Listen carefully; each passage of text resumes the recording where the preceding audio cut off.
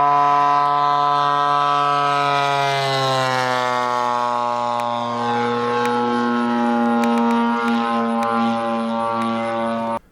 first thing for segment 2 was to install the cowl as it would be for flying, so we can measure the firewall to the end of the cowl distance. Using this, we can figure out how much of a standoff we need between the motor and the firewall.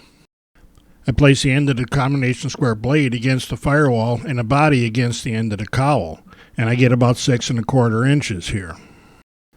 Now I know I need to be about 1/4 of an inch more than that figure because of the angle of the motor. So I have the distance from the firewall to the prop washer at 6 1/2 inches. You can buy various lengths of standoffs, and then sometimes you have to use a spacer as well. And this is what I needed with my DLE 40 twin to get to 6 1/2 inches overall. Then with the cowl and motor installed, I put the spinner's backplate against the prop washer and make sure that I've got about 1/8 of 1/4 inch clearance all the way around. You notice that the backplate is closest to the cowl on the lower right side because of the thrust angle of the motor.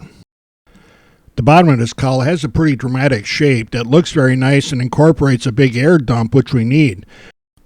But it means we have to use a template on the inside of the cowl rather than the outside. That means I had to reach in through the holes in the front and draw the basic outline of where the template says the holes have to be. We start making them there, and then there's a lot of trial and error fitting this until we get the holes right. I figured about 1/2 day to do this and used every bit of that. As I decided where components would go, I could add the servo extension wires. For all of the permanent extensions, I use heat shrink tubing rather than the plastic clips. This is a little bit lighter than plastic clips, but it's a lot easier to string through the fuselage openings than the plastic clips, which tend to get hung up. I had a fuel tank leak and found 2 of these connections that were pretty well soaked with fuel, but when I cut them open, the connection itself was bone dry. I doubt that they're actually watertight, but they do help. This bay on the bottom of the fuselage is apparently meant for when you use a canister to let the exhaust out, or for electric-powered airplanes to let the heat out. I'd eventually put 1 of the 2 main battery packs in here to help get the CG right. I have most of the components set in their best guess positions for now, but I need to get the rest of this plane put together so I can put it on a CG machine and make the final adjustments on placements. At this point, I was hopeful that I wouldn't have to pull the cowl again, so I'm putting everything together with Loctite like it's intended to be for flying.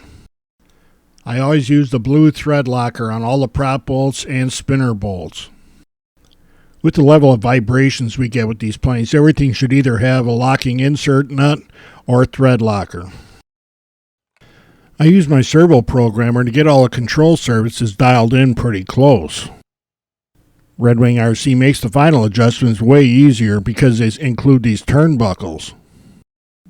The instruction manual for this plane includes 3 different CG points, and all of those are wrong. If you look at the information on our product page for this plane on the RedwingRC website, you'll find 5 1/8 inches as the CG point. That's what I'm laying out here, and it turns out that that works great. This is actually the final check of the CG for this plane after I found out where everything needed to be and then had everything tied down. Everything is ready for flight and there's no fuel in the tank. And remember that the canopy has to be in place, especially if you're like me and have a pilot figure in it. And here you can see that the plane actually does sit level on the balancer. I always confirm this by taking a 1/4 ounce piece of the lead and setting it on either end of the plane to make sure that it does tip that way.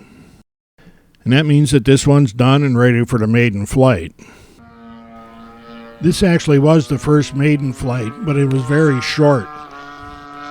I'd already seen that it took off and landed fine, and I was just tossing it around a little bit here to see how it recovered from spins and tumbles.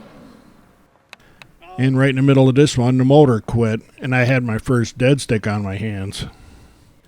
And this is where I found out that this plane glides a lot farther than I expected.